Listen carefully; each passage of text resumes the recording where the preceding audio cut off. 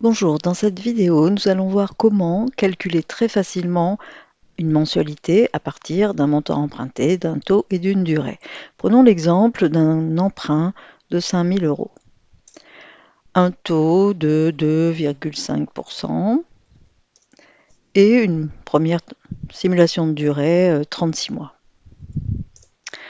Pour calculer cette mensualité, c'est la fonction qui s'appelle VPM qui va être utile. Ici, je clique. Je cherche VPM si ce n'est pas dans mes dernières utilisées, bien sûr, sinon je vais dans toutes ou alors dans les fonctions financières et je tape VPM. Alors, j'indique d'abord le taux. Le taux indiqué ici est annuel, donc à partir du moment où je veux une mensualité, je vais le diviser par 12. Si j'avais voulu une annuité, je n'aurais rien fait. NPM correspond au nombre, à la durée en fait du prêt.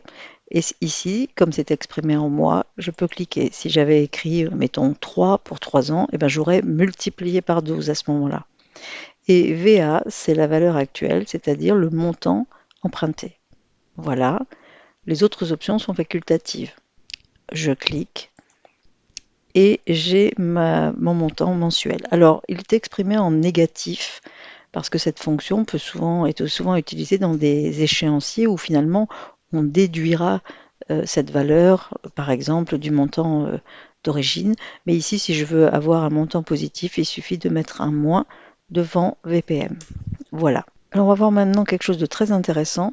Imaginons qu'on veuille simuler le fait de, par exemple, vouloir plafonner la mensualité à 100 euros. Évidemment, si ici je tape 100 dans cette cellule, je perds ma formule, tout est à refaire, ou alors je vais faire des tentatives en changeant le montant pour voir à quel moment j'arrive près de 100. Mais il existe dans Excel le moyen de dire ici, sachant que je veux une mensualité de 100, dis-moi combien je peux à ce moment-là emprunter. Je suis donc dans ma cellule résultat, je vais dans données, puis ici dans analyse scénario et dans valeur cible. La cellule à atteindre, à définir, c'est C6 et je veux atteindre la valeur de 100. Et j'accepte de faire varier. Alors là, je ne peux le faire que pour une cellule à la fois. Et ici, par exemple, ça va être le montant. Je vais demander à Excel de me dire, à partir du moment où je veux ne payer que 100 euros par mois, quel montant je peux emprunter. OK.